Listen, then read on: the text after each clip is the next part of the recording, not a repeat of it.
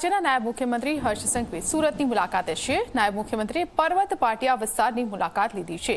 નાયબ મુખ્યમંત્રીએ પર્વત પાટિયામાં લોકોના ખબર અંતર પણ પૂછ્યા। જ્યાં પાણી ઉતર્યા છે ત્યાં મહાનગરપાલિકાની ટીમ સફાઈનું કામ કરી રહી છે અને આ સાથે નાયબ મુખ્યમંત્રીએ ઇન્ચાર્જ પોલીસ કમિશનરને સૂચના પણ આપી છે। પર્વત પાટિયામાં 150 પોલીસ જવાનોને મહાનગરપાલિકાની ટીમ માટે મોકલવાની સૂચના છે। જ્યાં સફાઈ થઈ ગઈ છે ત્યાં દવાનો છંટકાવ કરવા માટે પોલીસની મદદ લેવાની સૂચના આપવામાં આવી છે। ઇન્ચાર્જ પોલીસ કમિશનરે કંટ્રોલને મેસેજ કર્યો છે। પોલીસ જવાનોને મદદ માટે બોલાવવાની સૂચના આપવામાં આવી છે। તો આ દ્રશ્યો આપ સુરતના જોઈ રહ્યા છો, જ્યાં ગ્રાઉન્ડ ઝીરો પર રાજ્યના નાયબ મુખ્યમંત્રી ઉતર્યા છે અને સૂચનાઓ આપી રહ્યા છે, લોકોની વ્યથા જાણી રહ્યા છે। વધુ વિગતો લઈશું। સંવાદદાતા ચેતન આપણી સાથે ફોન લાઈનથી જોડાઈ ગયા છે। ચેતન, નાયબ મુખ્યમંત્રી સાથે ગ્રાઉન્ડ ઝીરો પર છે, પર્વત પાટિયા વિસ્તારમાં તેઓ પહોંચ્યા, ત્યાં કેવી સ્થિતિ જોવા મળી?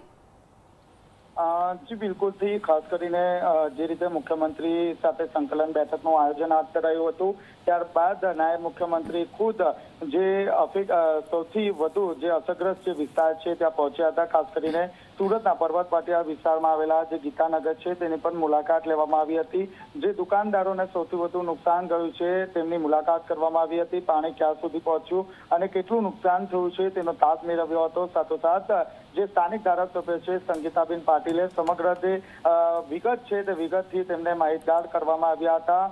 જે ગીતાનગર છે તે ગીતાનગરમાં છેલ્લા 3 દિવસથી ખાડીપૂરની પરિસ્થિતિ જોવા મળી હતી। અંદાજિત 15 ફૂટ જેટલા જે પાણી છે તે પાણી અહીં ભરાઈ ગયા હતા। આપ જોઈ શકો છો, મેયર પણ તેમની સાથે હતા અને ખાસ કરીને સમગ્ર જે વિસ્તાર છે તે વિસ્તારમાં જે સ્થાનિક લોકો છે તેમની સાથે પણ વાતચીત કરી હતી। હાલમાં જે પર્વત પાટિયા વિસ્તારની મુલાકાત લીધા બાદ તેઓ ડિંડોલી ખાતે પણ પહોંચ્યા છે, જ્યાં ડિંડોલીમાં જે અસરગ્રસ્તો છે તેમની સાથે મુલાકાત કરી તેમને પણ કેટલું નુકસાન ગયું છે તે અંગે માહિતગાર કરશે। આ સાથોસાથ સુરત મહાનગરપાલિકાના જે મ્યુનિસિપલ કમિશનર છે તેમને પણ આદેશ કરવામાં આવ્યો છે કે વહેલામાં વહેલી તકે સુરત શહેરમાં જ્યાં અફેક્ટેડ વિસ્તાર છે ત્યાં સાફ સફાઈ વહેલી તકે કરવામાં આવે। આ ઉપરાંત 150થી વધુ જે જવાનો છે તે તાત્કાલિક મહાનગરપાલિકાની ટીમ માટે મદદ માટે મોકલવામાં આવે।